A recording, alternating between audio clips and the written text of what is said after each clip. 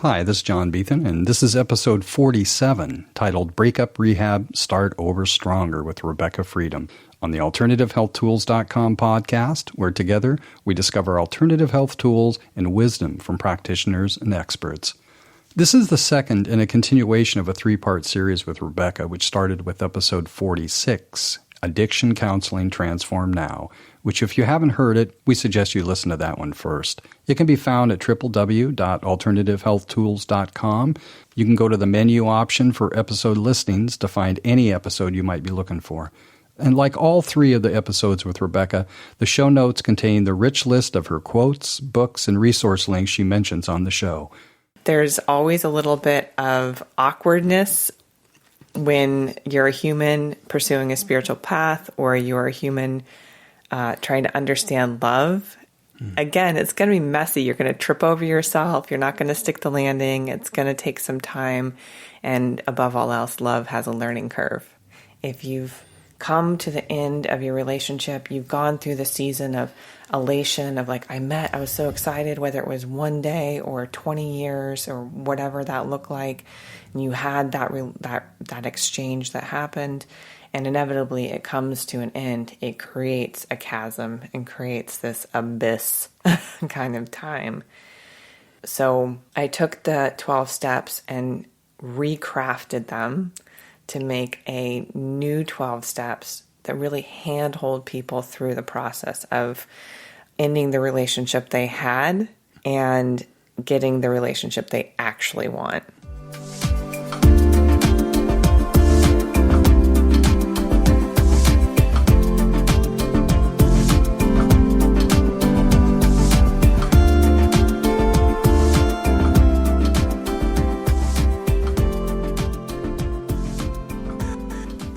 Welcome back, Rebekah. It's actually, for everyone listening, it's Rebekah Freedom. This is number 2 of 3, because it was obvious from the last episode on addiction that we weren't done yet. Yeah. Hello, everybody. Thank you for tuning back in and listening. We're going to be talking about love and relationships, and specifically breakup rehab today. Dear to my heart. Pun intended. Right. Right? Yeah. Yeah. So I just want to say for everybody out there that I don't really know what your relationship quandary is or what questions you have, but I do know for sure that Breakup Rehab, Start Over Stronger, my book, is the answer. Nice. Mm-hmm. I don't know if you've checked Amazon lately. I've been pushing sales to the book because I know it's going to go away soon. Yeah. So you want to repeat that at the top here in terms of where they can get it? Sure, yeah. So if you go to Amazon.com and you just type in Breakup Rehab, this book will come up and you'll be like, is this about relationships or the zombie apocalypse? Which when you're going through a breakup, it feels like that. And yeah. I was at the time and making design decisions. So you'll see a red cover. And to the point of it going away, it's getting shopped to different publishing houses right now. So there's a clock ticking on how soon it will go into the hands of publishing houses versus being an indie project. Mm-hmm. I think there was 10 left or something like that. Yeah. Something like that. Yeah. Just time to go get the book, especially if you're going through a breakup right now. Mm-hmm. So this is going to be a rich topic, multi-layered. Just relationship is the stage which the drama of our life plays out on. Mm-hmm. So before you get started, I also wanted to mention, I suggest people go listen to the episode on addiction, which is the one before this. Mm-hmm. Right? Mm-hmm. Start with addiction, do this one, and then we'll finish up, we promise, with love. Yes. Yes. Yeah. We'll take you through the journey. And just to recap from our last episode. So addiction is really something that impacts all of us. And addiction is anything that you do that prevents you from feeling your feelings. Mm-hmm. So to the point, to take that into today's conversation, like, why breakup rehab? Like, why? Why does it exist? Why is it, what brought it into form and all of those things? And I'll say the one thing is that relationships are messy. They're they're very like sort of messy, chaotic unfolding, whether you're trying to get into a romantic relationship, right? Vying for that. And I know there's several people that are all over the internet Googling how to find the one, right? And there's even a book, Calling in the One, that has this massive movement. And you're a proponent of true love. Yes. That needs to be said as well. Yes. Yeah. I was just thinking to myself. She's smiling really big. I know you can't see her, but Yes, I am. That love is awesome. I was thinking to myself today about the authenticity of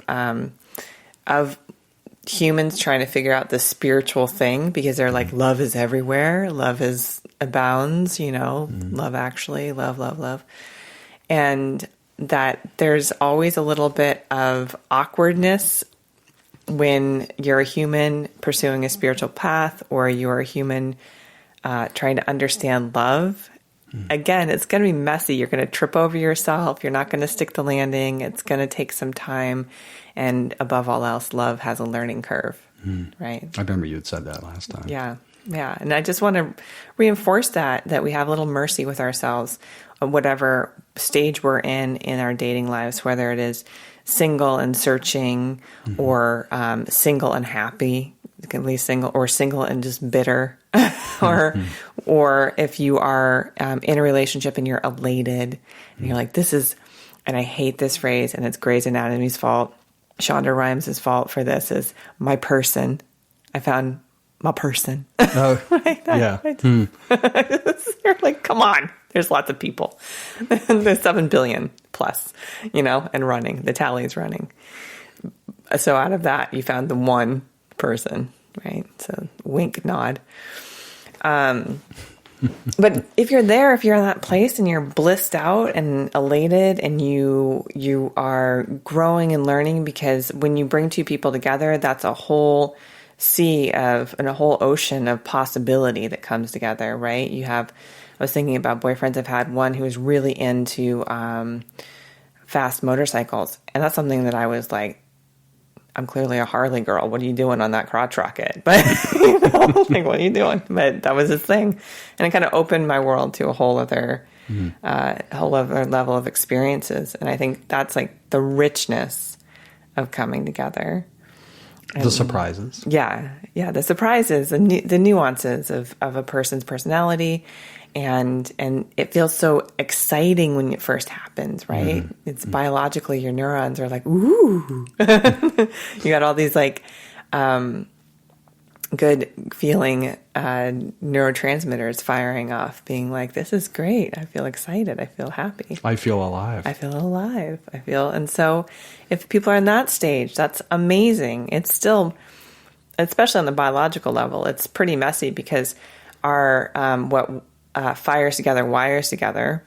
So that means that our nerves are sort of like highways. And when you repeat something, you do it because your body wants to be efficient. It doesn't want to have to like learn something new every single day. But when you first meet somebody, endorphins rush into your body, because that's your body being like, we have to expend a lot of energy and we have to lay down this map really quickly. And there's nothing that builds a map faster than oxytocin, the bonding. And so you create this highway that says, I like this person. And I wake up and I see their face and life is good. This is good. This is good. This is good. And then that's why you feel elated in the beginning. And then there's the season of like the power struggle. You know anything about that, where you like get with somebody and you're just like, wait a minute, I don't like how you do that. That's annoying. Why are you doing it that way? Like that sort of. Yeah, my one is keep leaving the lights on. Mm-hmm. Yeah. Just shut them off. Just turn the lights off or whatever. Yeah. Get a job, move out of your parents' basement. Big, small, whatever. But there's that season of where you're like, okay, well, now are we going to grow together? We're going to grow this thing together. And there's different skill sets that support the growth of that love, that richness, that relationship, where people can start to get into new interests, and their partner can be supportive of that, or they can have negotiations and communications and flourish inside of that construct of relationship. And whether I would say that monogamy is one of the more supportive constructs for deepening into relationship. I'll go on record. I'll go on record to say that polyamory is, we've seen a surge in that, in the sense that you have your primary partner, but you have other boyfriends and girlfriends. And it's a response to a generation that grew up with parents that were cheating or having affairs. And they thought, well, open marriages. Yeah. Or what, yeah.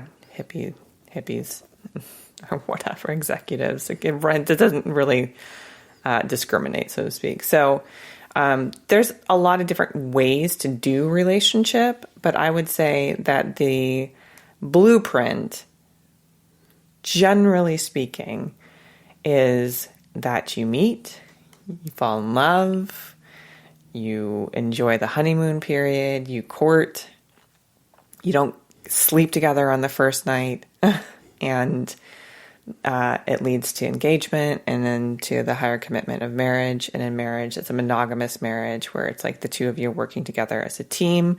And for some, that'll mean having a family, which is an enterprise unto itself. And when you have kids, you turn into like a CFO and a CEO and know it all. No. And janitor. Yeah, and janitor. Tons of hats. You know all of it, and you know nothing at the same time. And then that relationship will sometimes carry through until death do us part, right? I think that's the pinnacle blueprint that we've been running with for eons.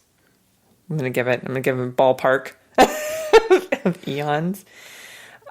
That would be the blueprint. But what's actually happening now, what I've witnessed as a counselor, who's really specialized in the area of relationship now, going on 5.5 years, is that technology has shifted quite a lot. It has. Yeah, it has. And I know that some of you are staring down at your Tinder app right now.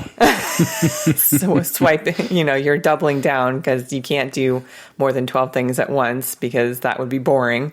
So, music in the background, coffee in front of you, swiping on the app, listening to this. The most important thing is you're listening to this. Yeah. Yeah. And all those other things sort of represent not being here. Not being here, not being present. Right. Yeah. So I see, I just watched this really cute thing. The Onion at all? Yes, of course. Shout out to them. They're just so good. So they said that there's like brain dead daughter wants to be euthanized by parents, and it was really just a kid on her phone, just making, just like, and they're like, she's just not there anymore. She's just, and it's interesting because there's something about the fast reward of having a phone or a tablet or just now, where you don't build tolerance for discomfort or character per se. And so in that you kind of build a little bit of entitlement, like, Louis C.K. is really great. He's like, when you get on a plane, everybody should be like, wow, we're in the air going 600 miles per hour, but they're in their seats being like, it doesn't go back. It doesn't, and so that we just can lose the ability to be thankful or to be present. And in that, it creates this and everybody knows that desperation, just that, like, I'm not getting filled. I don't feel satiated. I have more, to the point of what we talked about in the last podcast. Addiction creates addiction. I have to keep filling this void up with more and more electronics, more things. And and disposable things. Mostly we've created disposable sort of relationships. And I see. Wow. Yeah. That's, Yeah. I've been trying to explain to myself what I've been observing, just locally, moving into Encinitas and stuff in terms of relationship, disposable relationship. Okay. Yeah. So I'm not a big fan of that. No. I mean, like, I think about the clothing lines that are out there, H&M and Forever 21, and you can go buy a $5 shirt and you're like, oh my God, this is so cute. I like so good for like the one time you wear it, and then you wash it and it's just falls apart. Yeah. It disintegrates more or less. You get maybe a half a year out of it before you're like, screw it. It goes to Goodwill or just in the bin, and then you're around again. So I want to say that in the age of Instagram and the picture capturing just like the perfect angle, the perfect lighting, the whatever, that we do that with relationships. Oh my God, this looks so good. It feels like so good. This is going to be like amazing. And people are so intense. You like meet them. And I've gone through this in the dating world. You meet them and they're like, let's go to Europe together. I'm like, girl, I haven't even met you. Yeah. I have, like, there's this thing in between us called a phone and texting, and I don't know your face or your mannerisms or any of that, and there's just this rush. It's just push. Where in the world is that coming from? It's the disconnect. It's like in this hurry to connect, we're disconnected. We're disassociated. And the best explanation of disassociation that I've come to understand is that is a term called splitting. So our mind or our body becomes a traumatic place for our spirit to rest in, right? Like if you think of coming home to a house that's full of clutter and full of just, angry, yelling parents, you don't want to hang out there. You're going to want to go somewhere more peaceful. Your soul or your essential self is sort of the same way. It's like, I want to just go somewhere peaceful. But we also get habituated to chaos. So I mention all of this because breakups are happening at such a rapid rate. It's just as fast as people are like the fast and furious, one and done dating relationships. Like, he wasn't rich enough. He wasn't cute enough. She didn't have big enough boobs. She wasn't blah, blah, blah, blah, whatever. She didn't meet my criteria, my like vision board. Like, I totally made a collage and this is what she's supposed to look like. And she's not. So I'm going to dump her. Screw it. Because that's the thing is there's always another girl. There's always another guy, right? And before we go into the steps of breakup rehab and before we really dive into this, I just want to make sure that I'm laying the groundwork for people to understand that it's not weird. You're Googling how to have a relationship, right? Your primary relationship is with your electronics. Yeah. Yep. Yep.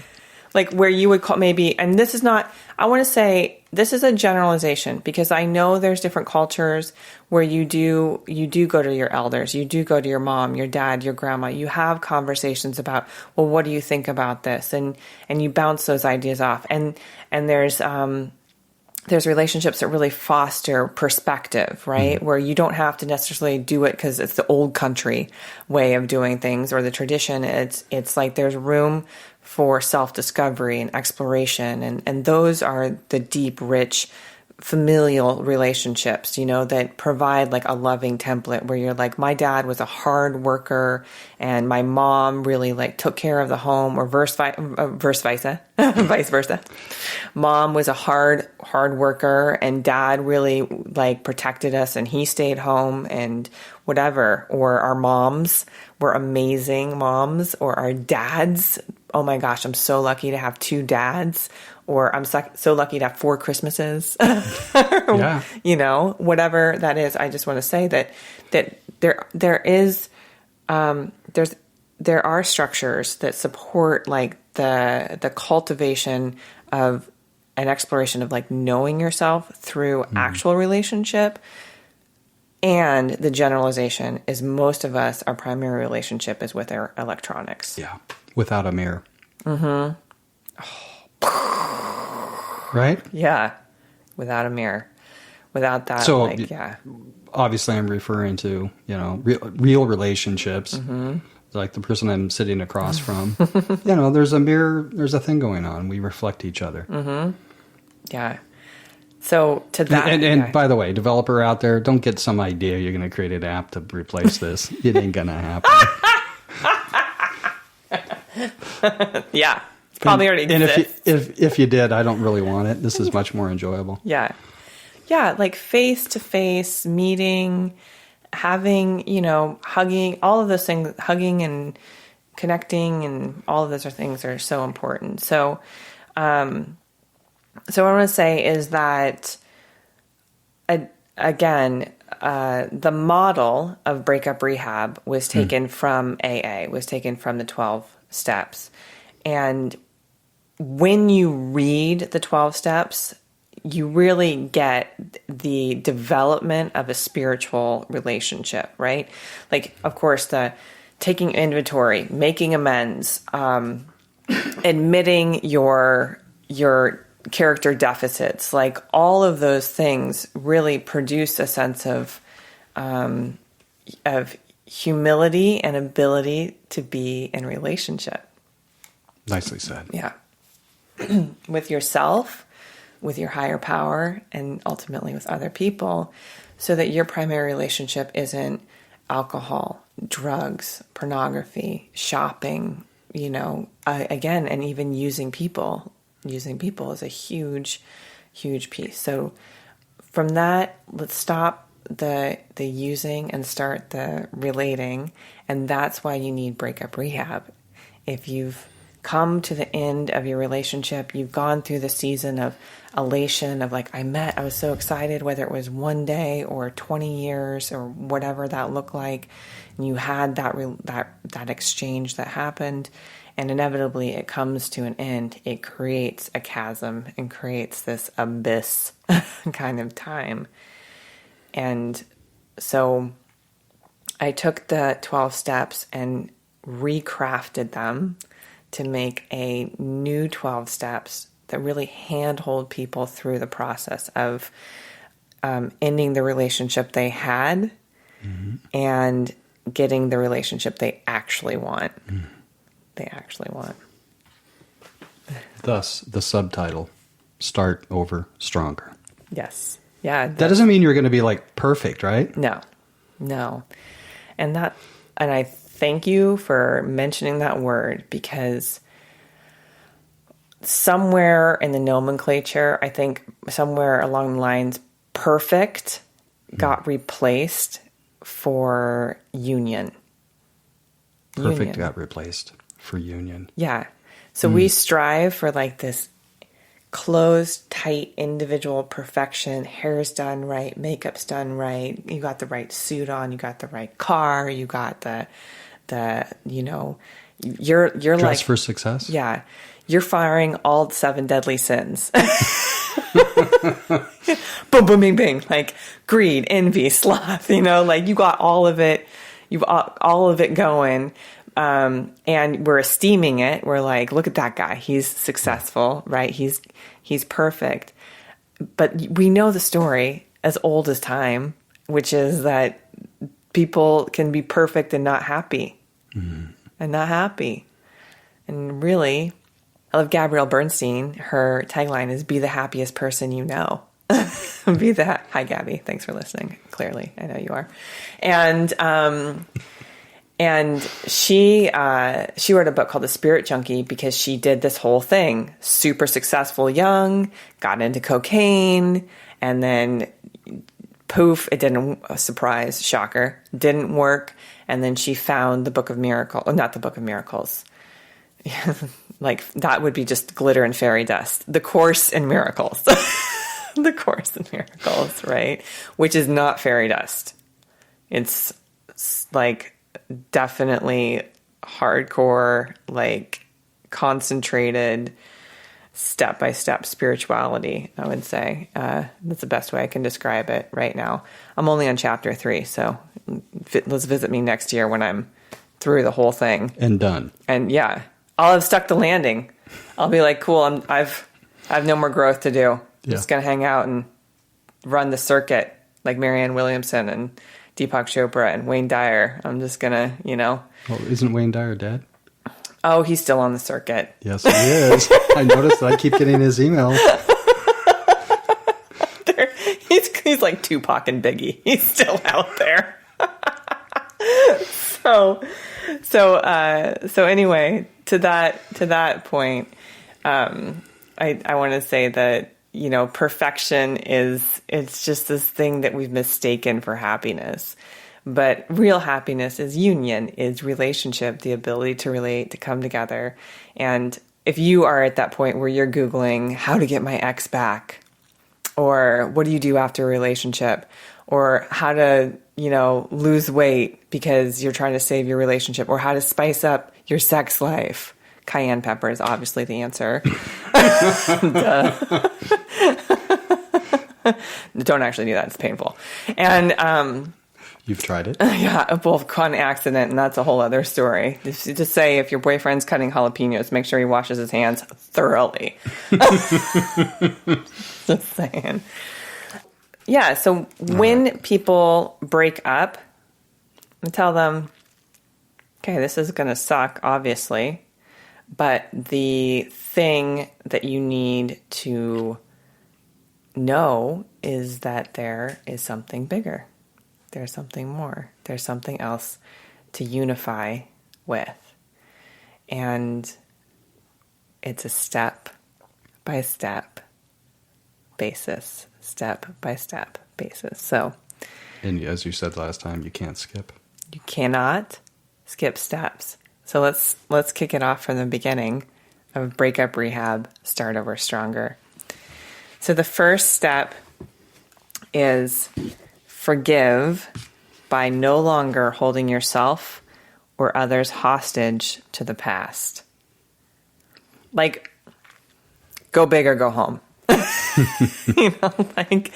I'm going to read it again for people who are listening, and get off the Google. Yeah. Put down the Yahoo, listen, really listen. The first step after you've gone through a breakup, after you've, given your heart, opened yourself to the risk of falling in love and then being hurt because of it, the first step is to forgive by no longer holding yourself or others hostage to the past. Simply, you did the best you could with what you had, where you are. That's your skill set. That's where your skill set was. That's where it might stay, or it could even go, digress even more. But if you want some other, maybe there's another possibility. If you want another possibility, then, follow me through the rest of the steps. And step 2 is own your part by taking full responsibility for the restoration of your sanity. Now think about it, right? Oh, I have. Think about it. Think about when you fall in love with somebody, you lose your mind. Gone, right? You feel like your heart's just like, wee! It's just running. And your naughty bits are like, woohoo! Or whatever. And you lose it. You kind of lose your faculty, and you go a little bit crazy. And makes you do things you thought you'd never do. Yeah. Or where you're just like, I clearly have the nicer house. Why am I going to your place? Or I can think about just some of just the crazy things. And then it really exposes the crazy that was already there inside of us from our upbringing too, right? If we have codependent tendencies, those will come out, and you kind of lose your sanity in the process.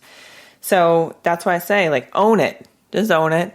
This is who I am, where I am in my life. Yeah. And take responsibility. And then in doing that, it'll restore your sanity. you haven't even begun to like really chip the iceberg yet, because there's 10 steps left. Yeah, there's still more to go. So number 3 is make a continual commitment to act from a place of wisdom. So when you get together, there's this agreement that happens of like, okay, so I'm not going to sleep with anybody else, and you're not going to sleep with anybody else. We're going to be loyal to each other. We're going to, like, or whatever your initial commitment is. But that commitment is something that happens at the beginning of your relationship. And obviously, it's just the weirdest feeling in the world when you break up with somebody, because you're like, dude, you are my best friend. You know more about me than I know about myself. And now that commitment, that thing that we said, that oath, is like dissolving, which is hard. So what happens though is when that dissolves, wisdom rushes in. You now have a new perspective, right? You have a new way of approaching life because you've experienced it. Which moves to step number 4, trade your judgment for curiosity and compassion. So everybody out there who's like, I'm too fat, I'm too thin, I'm too tall, I'm not the right race, I don't make enough money, judgy Judgersons, everybody out there who's playing Judge Judy, take off your robe, and just know that compassion comes from a place of saying, me too, I'm not alone in this, I'm not the only person in the world going through a breakup, although it feels like it. Right. There's people to provide you support, i.e. me. Well, we'll give out the website, folks. We'll PSA later. So, step 5, uncover your unique life purpose by saving your own life. So this is where the responsibility really starts to ramp up, right? Like I got to kind of own my choices. And then step 6 is take a fearless inventory of where your choices have led you. Like, oh, there's the primrose path, and here's the thing, don't get mad at yourself. Like feeling guilty for feeling guilty, or feeling mad for feeling mad, or, feeling fat for being fat. No, that's not right. But the other two, yeah. And where we just like shame ourselves for our shame. And rather than that, you can just step up and be like, hey, I'm a powerful creator. I have the ability to make new choices. I can choose and choose and choose. And I made some choices that resulted in this outcome. This outcome is really uncomfortable. I don't like it. There's a few of you who are feeling relieved that you're done with the relationship, but still, let's acknowledge it's painful to go through this level of transition, right? So now you have to make a new set of choices to take the next step, which is focus on what's working for you and what you're truly thankful for. Right? Eye on the prize. What's working? How can I just thought about the million miracles that we just take for granted every day.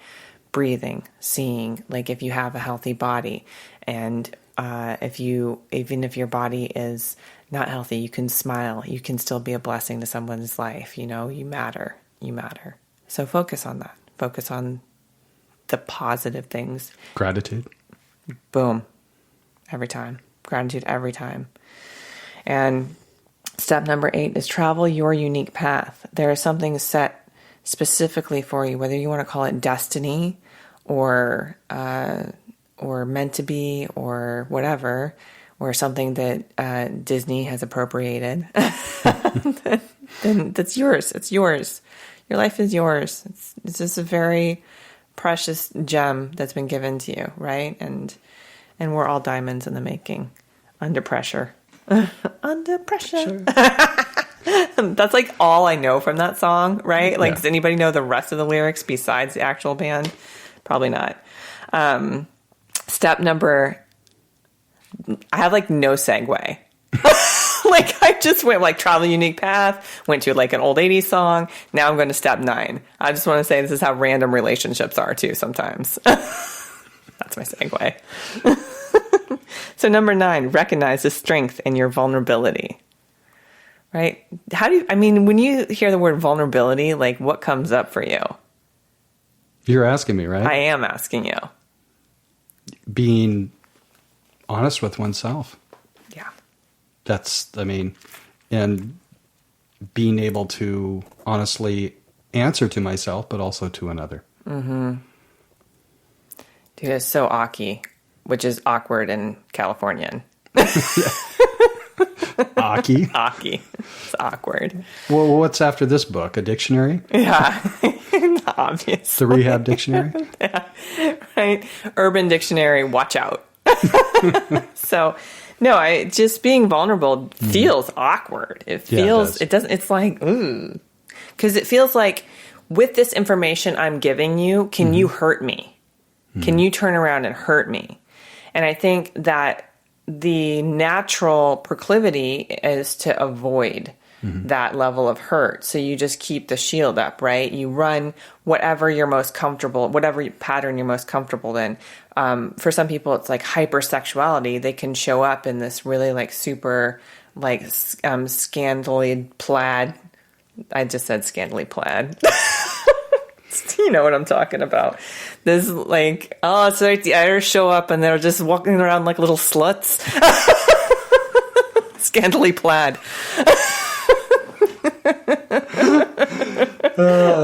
So if you show up in that space and that's your MO, right, you'll just hang out there. But to deviate from that and to show up, normal or whatever normal is, other than that pattern that keeps you protected and safe, feels awkward. Feels awkward. It feels new. And ultimately, those are the relationships that end up being the most precious. Yeah. Well, what I was going to say, this may be off the subject, but when I actually embrace that, I feel sober. Do you know what I mean? Yeah. Yeah. Rehab. You're rehabbing. Yeah. You're rehabbing the addiction of the perpetual behavior that's not getting you what you want anyway, because you're not feeling your feelings. So I say in here, vulnerability is you feeling your feelings and you being able to show up in that space. And when you do that, you then have the relationships that you actually want. You actually want. And that's why I'm saying, like, I take people from the relationship they've had and develop them through these steps to get to the relationship they actually want. And it takes vulnerability. It also takes 3 more steps. So here we go. Be true to you and maintain integrity while moving forward. Right? So we all have we all have seen the hang in there poster from 4th grade with the cat. Just hang in there. And right next to it was something, be true to you kind of posters. So we know this message, right? We know the sort of tagline, but I don't know that we like know it. Walk it. That we walk it. Hang it. Yeah. Hang with it. Hang with it. Yeah. Yeah. It's just sort of like, oh, that's nice. Let's go hang out. Yeah, let's go hang. It's like a Hallmark card.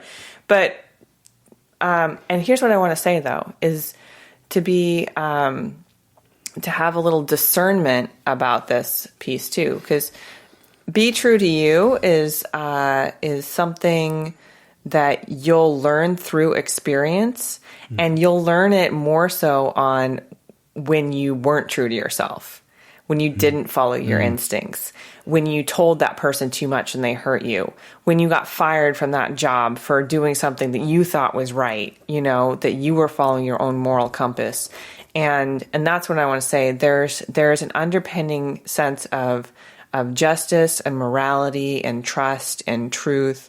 And on the opposite side of the 7 sins, the 7 virtues, Google it. I don't have them memorized. Is when you show up in that space, you start to really get a rhythm of who you are. The best description I had, and let me see if I can get this out correctly, is that you are not your comings and goings. You are the thing witnessing your comings and goings. Right? You're the thing. I got that. Do you got it? Oh, yeah. No, that's what I like about doing this with you, is I'm getting it. Yeah. Right? No, I got it. It's a step back and look. And just see what you're doing. The comings and goings. Right. Like, that each day has its own, as you sow, as you sow, this is really old school, so shall you reap, right? What you put in, you get out. And that's how you learn you. Last week I said, the man with the most wood gets the warmest blaze, right? Yeah. Yeah. Bingo. Yeah. So the part of that, though, is to maintain integrity while moving forward after your breakup. So people are drunk dialing, they're Facebook stalking their exes, which has become like normal. People just like joke about it. Like it's before. And here's the crazy thing about social media is you can like, if you go on a blind date, it's not blind. You've looked at every social media thing. You've looked at his old girlfriends. You're like, who's that? You're like already jealous. You just don't even know this person. And you're like starting with jealousy, which is not integrity. And just FYI.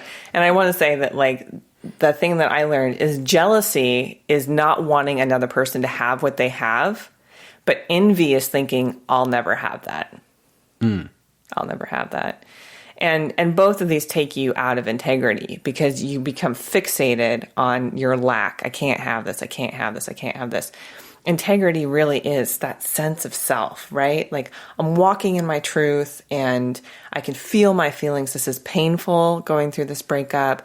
I am getting lessons out of it. I can own up to the things that I did that may have created this. And sometimes, honestly, I just want people to really hear this, is relationships have an expiration date. Some relationships have an expiration date. They're like milk that way.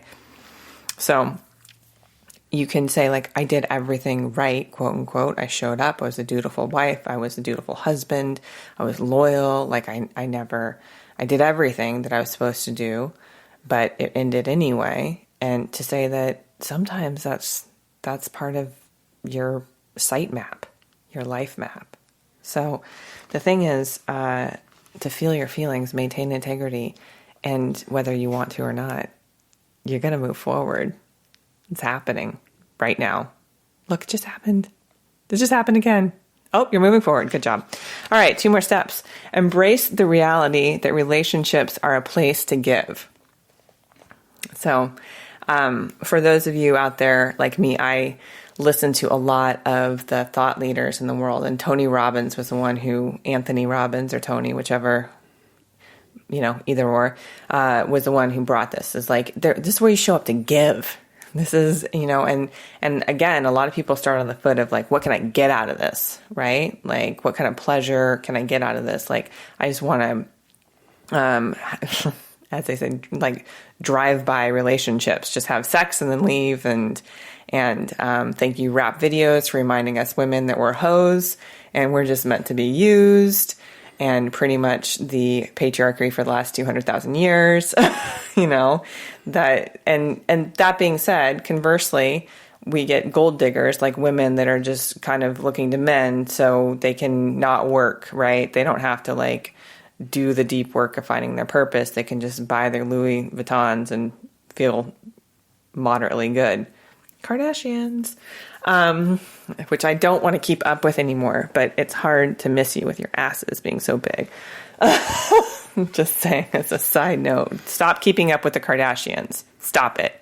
Like stop that kind of focus and really realize that you can't give if you don't already feel it inside of you, if you're not connected to that place. And the last step, drum roll, please. The last step is start over stronger and share true connection. So in the last podcast, what we talked about was that the antithesis of addiction is not sobriety, it's connection. It's connection. It's being able to show up vulnerable, to own your shit and be able to be in connection. So these are the steps of breakup rehab. How'd I do? Very well. See what I did there? asked for validation, and I got it. That's connection, folks. Thanks. No, it's good. Yeah. Where do most people have their, which step do they have the most problem with?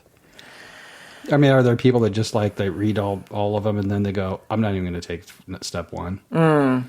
I shouldn't say that. Right. That's not fair. Somebody's not going to get this book and not work on it, right? Yeah, well, my sense is that when the student is ready, the teacher appears, right? Mm-hmm. So if you're listening to this podcast, it's not an error. It's not an accident, right? Right. Or if you came across Breakup Rehab, it's not like, oops, I found like the manual for getting over a breakup. It's meant to be there in your life. And so I always say that there's some level of willingness or readiness there, albeit resistance might be the priority at that time, where we just are having our tantrum. I just want what I want when I want it. Raise your hand, which I am right now, if that's you. We all just want what we want when we want it. And even if we get it, it still requires work. I have my clients, I like to sort of jokingly say, I get people what they want. And this has happened time and time again with my clients, whether they're going through a breakup or a divorce, and they want to just feel like they're their strong selves. And so we build that and we make that happen. Or a client who went through a divorce who wanted to get the girl. Well, he got the girl that he wanted. Now he's like, oh no. Right. So it's like this destination mindset kind of gets us in trouble, right? Like, oh, if I do the 12 steps, then it'll be cruise control after that.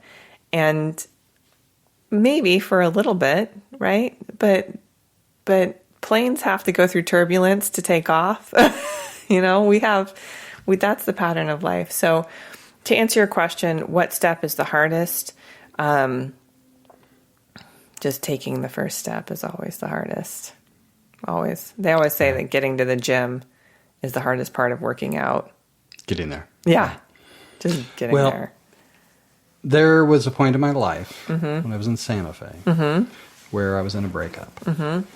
And because I was involved in native practices and wisdom, I had heard from a Hopi 1,000 days in between. And I decided to embrace that.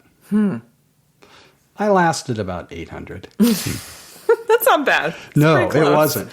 Yeah. No, yeah. But I understood the wisdom behind it. Because initially my response is to like run out, try to fill the void, go to a bar, meet somebody. Oh, I'll just have it, whatever. Right.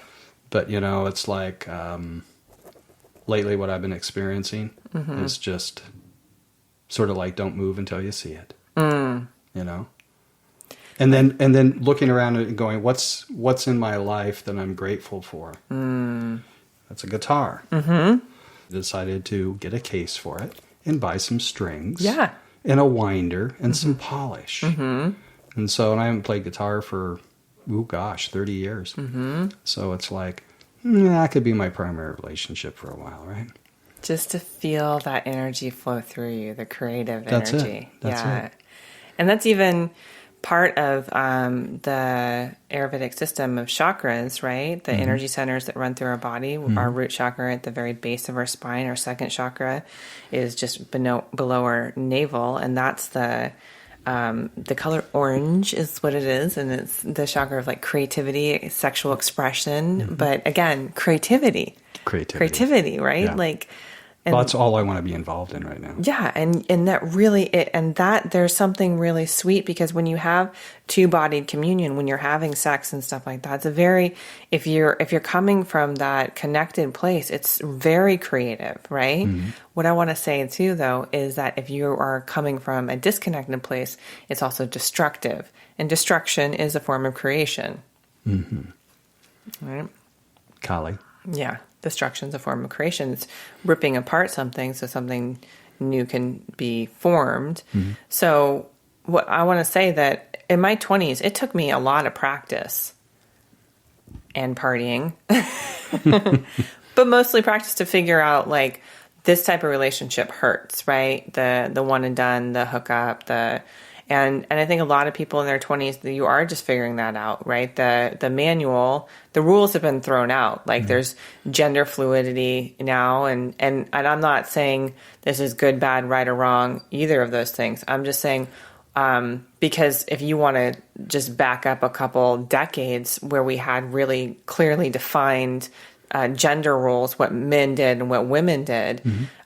We saw women on Valium and men on whiskey, like screwing their secretaries. So it's not really like one is better than the other. It's not like heterosexuals have really stuck the landing on marriage. Yeah, I'm talking to you. Everybody's out there who's like wants to be self-righteous about like, well, we just know how to do this. No, you don't. 50% divorce rate. So finding whether it is your primary relationship is with another human and you're creating this thing called relationship. Oh man, it's sweet. That vehicle is sweet. It's a sweet vehicle just to combine creative forces. And, I really appreciate the Bible verse that says, where two or more are gathered together, the Spirit of the Lord is there. Now, don't get hung up on the term, Lord, just say creativity, right? Where two people come together, like we're doing right now. It's a principle. And you collaborate, it creates something, it creates this like magic, if you will. Yes. To me, it's numerology. 1, 2, 3. Yeah. Yes. Yeah. 1, 2, 3. And I love threes. 3, 3, 3, 3, 3, 3, 3, 3. That's a Trinity, right? Yep. Father, Son, the Holy Spirit, or in the Celtic tradition, it shows up a lot of different places. So, so as far as relationship goes, it is the third thing that gets created between two people. It kind of is an entity unto itself, and to the point of breaking up, that's a relationship too, right? So you're saying breakup? Yeah, go ahead. Is a relationship. Mm-hmm. So you got 1, 2, 3. Mm-hmm.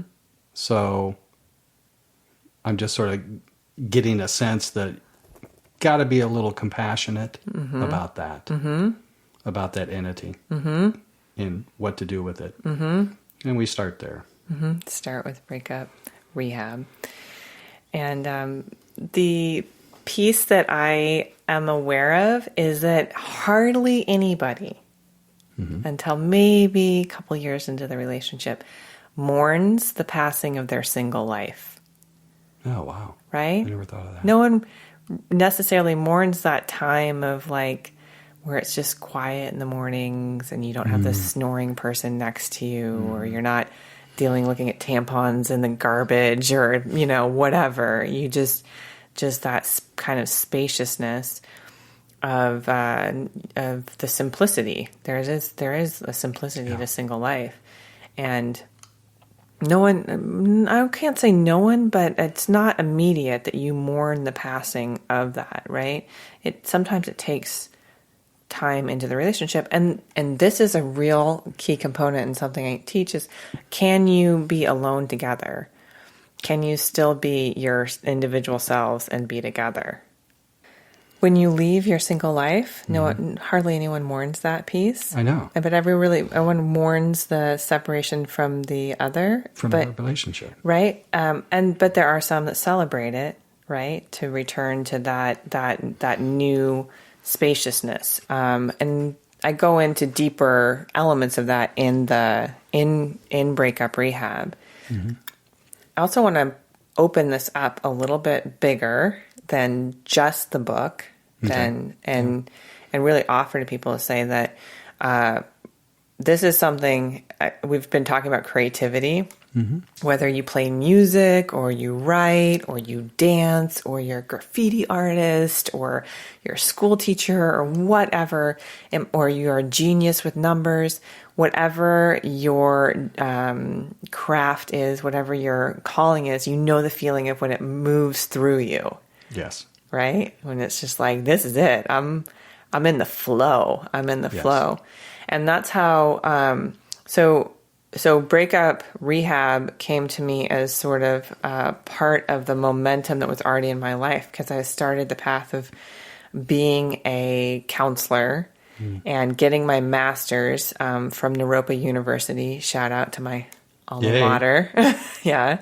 And Naropa is a Buddhist founded school. So it's one of the few that's really incorporating mindfulness into psychology. And we know through the Chopra Institute, Deepak Chopra's Institute, and a lot of different studies, just how important meditation is. And so Naropa was on the cutting edge when I was going there and getting my master's. And then way before Naropa, I had this very particular day. You know how everybody has their coming out stories, right? Where their aha moments where it was like, aha, I'm not supposed to be a lawyer. I'm supposed to be a roadie, or aha, I'm gay, or aha, want to be part of the clergy, whatever, right? I feel like the clergy would be more shocking than anything else these days.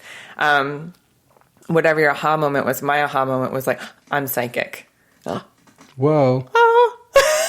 And so the short story of that is that I was in undergrad. We were having a new student days, and they're like, we need someone to read palms just as entertainment, right? So they had the bouncy castle for 21-year-olds. So we had a bouncy castle, South Dakota. Okay, let's just get the mindset right. But they were progressive enough to say we need a palm reader. I was on the council. I was like, I'll do it. And they set up this tent. They gave me bad Walmart makeup and a scarf to put on my head and some folding chairs. And people came in, and I was looking at their palms, and I knew a little enough to be able to be like, this is your lifeline, your love line, your career line, your spiritual line, how many kids you might have. But by the third person, didn't have to look at their hands anymore. I just kind of knew. I was just sort of like, why are you even here? You don't want to be here.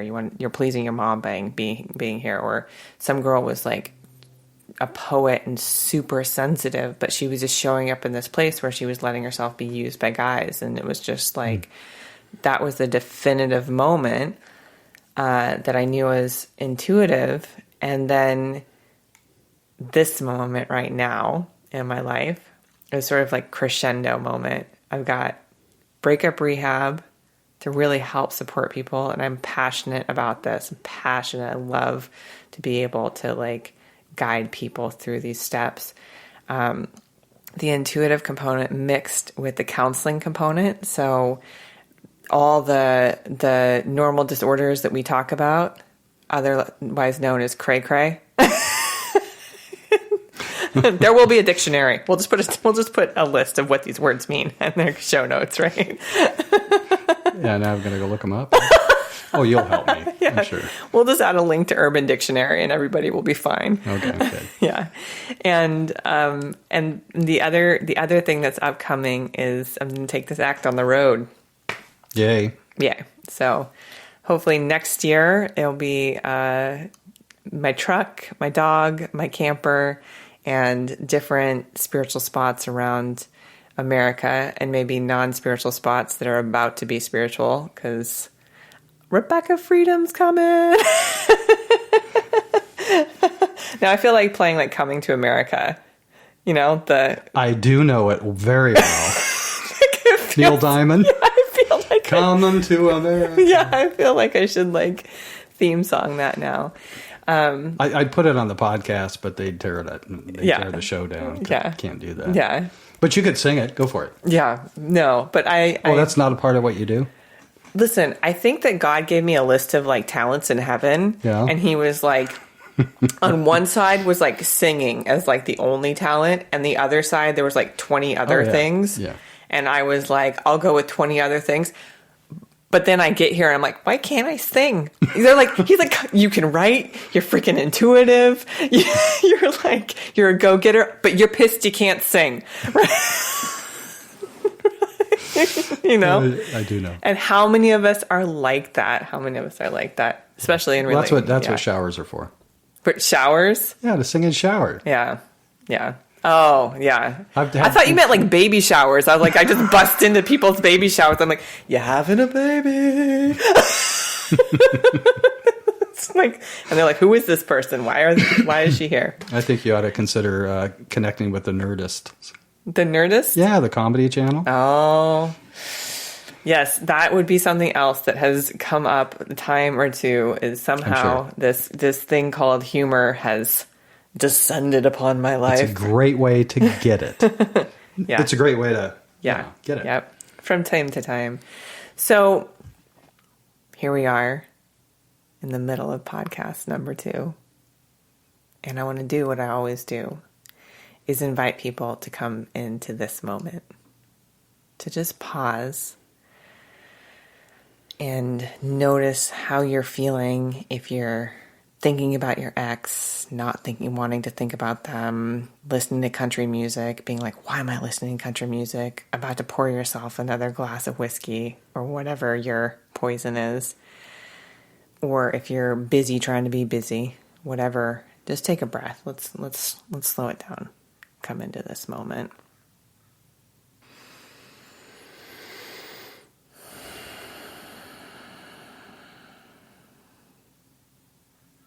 So love looks good on you. That's what I want to say to people who just took a breath. Love looks good on you, and there's always just 2 choices, love or fear. Love or fear.